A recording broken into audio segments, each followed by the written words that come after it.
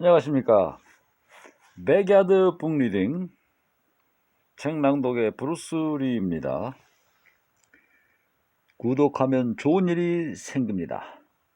오늘 낭독해 드릴 책의 제목은 아침에는 죽음을 생각하는 것이 좋다. 김영민 지음, 출판사는 어크로스입니다.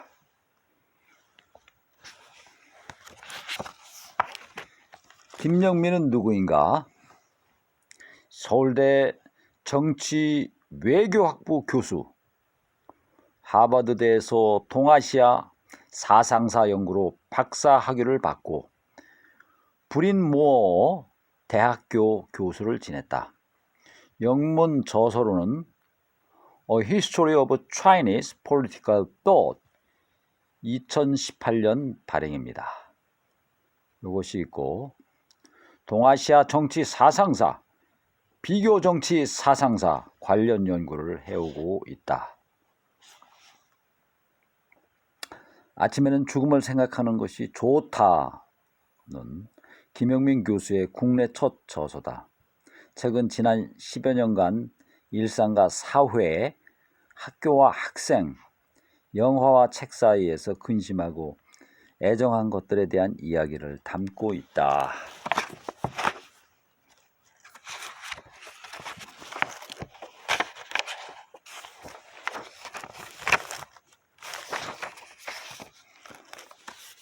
프롤로그입니다. 프롤로그. 아침에 죽음을 생각한 이들의 연대기. 이 책에 아침에는 죽음을 생각하는 것이 좋다라는 제목을 붙이면서 일찍이 죽음을 생각하라고 우리에게 권했던 선악들을 떠올렸다. 그들은 모두 인생의 질이 멸렬함에 대해서 잘 알고 있었다. 부와 영광을 누릴 대로 누린 로마의 황제 마르쿠스 아우렐리우스는 인간의 조건에 대해 이렇게 말했다. 삶은 전쟁이고 나그네가 잠시 머무는 곳이며 죽고 나면 명성은 잊힌다.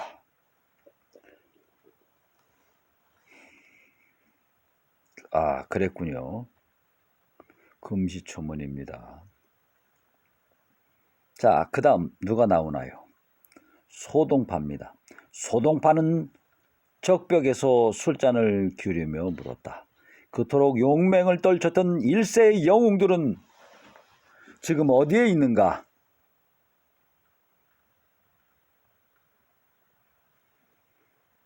이걸 한문으로 한번 읽어볼까요? 고일세지 웅야 이금 안제 자, 그거는 잊으시고, 이토록 부질없는 생인데도 불구하고, 아니 부질없는 생이기에 우리는 평생 욕망으로 몸부림친다. 루크 레티우스, 그는 로마의 시인이자 철학자, 이렇게 말했다. 우리는 없는 것을 바라고 있는 것은 무시한다. 삶은 그런 식으로 소진되며 죽음은 예기치 못하게 다가온다. 이처럼 덧없는 욕망으로 인해 삶이 소진되기를 원하는가? 아니면 헛된 욕망으로부터 자유로워지기를 원하는가? 선악들은 말했다. 죽은 자에게 천사, 죽은 자에게 찬사는 아무 가치가 없다고. 그렇다. 죽은 자는 아무 말도 들을 수 없고 아무것도 느낄 수 없기에 사후의 명성 따위는 당사자에게 가치가 없다. 마찬가지 이유에서 우리는 죽음을 슬퍼하거나 두려워할 필요도 없다. 죽은 자신에 대해 슬퍼할 자신은 더 이상 존재하지 않을 것이므로 그리하여 장자도 몽테뉴도 세네카도 루크 레티우스도 입을 모아 말했다. 살아있지 않음을 슬퍼하거나 두려워한다면 태어나기 이전도 슬퍼하거나 두려워해야 한다고. 키케로는 바위 위에 누군가 죽어 있다면 그 죽은 사람보다 차라리 바위가 더 고통받을 것이라고 말했다. 죽음을 두려워하지 않을 때 우리는 비로소 죽음을 직면하고 죽음에 대해 생각할 수 있게 될 것이다. 잠시 후 모두 죽는다고 생각하면 자신을 괴롭히던 정념으로부터 다소나마 풀려날 것이다. 평생 원했으나 가질 수 없었던 명예에 대한 아쉬움도 달랠 수 있을 것이다. 언제 죽을지 모르는 게 인생이라면 영원히 살 것처럼 굴기를 멈출 것이다. 소소한 근심에 인생을 소진하는 것은 행성이 충돌하는데 안전벨트를 매는 것과 다를 바 없다. 고등학교 시절 어느 선배는 노트에 썼다. 우리는 시한부 인생이라는 것을 깨달는다면 우리는 좀 더 다르게 살게 되겠지. 그래, 근심을 버리고 해야 할 일을, 하고 싶은 일을 하는 거다. 어휴, 고등학생이 대단했군요. 대박.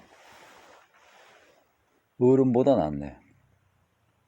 자, 그 다음은 위대한 캐비츠의 머틀은 스스로에게 다짐한다. 영원히 살 것도 아니면서 영원히 살 것도 아니면서. 자, 장면 전환이 계속됩니다. 야마모토 스네토모, 일본 에도 시대 무사. 그는 아침부터 죽음을 각오하고 있어야 무사로서 합당한 행동을 할 수 있다고 믿었다. 그렇군요. 싫어합니다, 이거는. 그럴 수밖에 없는 운명이었군요. 무사라는 존재 자체가. 마르쿠스 아우렐리우스는 말했다. 당장 세상을 하직할 수 있는 사람처럼 행하고 말하고 생각하라. 와우, 상상이 안 됩니다. 그렇다면 우리는 죽음을 생각해야 한다.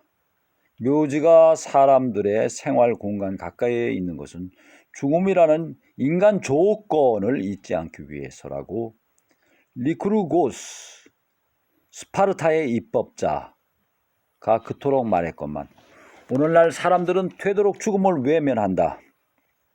묘지와 화장터는 혐오시설로 간주되고 부동산 가격을 떨어뜨린다.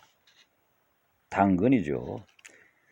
그러나 몽테뉴는 죽음을 생각하지 않는 것이야말로 죽음이 주는 무서움에 대한 가장 한심한 대응이라고 말했다. 도대체 얼마나 바보이기에 사리를 못 보는 장님이 되려는가? 언제 어디서든 죽음을 떠올려 보라고 권한다. 바늘에 조금 찔렸을 때 그래, 이것이 죽음이라면 하고 생각해보라. 헐, 현재 견딜 수 없는 고통 속에 있는 이에게는, 삶이 고해라고 생각하는 이에게는 죽음이야말로 차라리 해방일지도 모른다. 로마의 칼리굴라 황제는 죄수가 감옥에서 자살이라도 할라 치면 저자는 내 소나기를 벗어났다 라며 고문할 기회를 놓친 것을 아쉬워했다. 오, 잔인한 사람이군요. 황제. 떼끼는 죽음조차 허락하지 않는 상태보다는 죽음이 나은 것이다. 노마이 오비디우스는 자신이 비참해지기 전에 여전히 한창 일할 수 있을 때에 죽을 수 있기를 바랐다. 어떻게 죽건 간에 한창 일하는 도중에 죽을 수 있었으면. 호라티우스는 노래했다. 기대치 않던 시간이 오는 것을 감사하라. 뭘 일부러 죽을 필요는 없죠. 이건 아니지. 그러나 어쩌면 우리는 죽을 수조차 없다. 내 이럴 줄 알았다니까. 이미 죽어 있으므로 살아가는 일은 죽어가는 일이므로 그리하여 에픽테토스 로마 시대 철학자 그는 말했다. 우리는 시체를 짊어지고 다니는 불쌍한 영혼들에 불과하다고. 부하가 이만 죽으러 가야겠다고 하자 케사르죠. 그는 이렇게 말했다. 스스로 아직 살아있다고 여기는구나. 삶이 곧 죽음이라면, 그리하여 이미 죽어 있다면 여생은 그저 덤이다.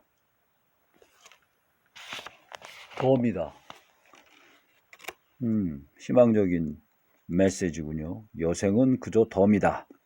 그리하여 나는 어려운 시절이 오면 어느 한적한 곳에 가서 문을 닫아 걸고 죽음에 대해 생각하곤 했다.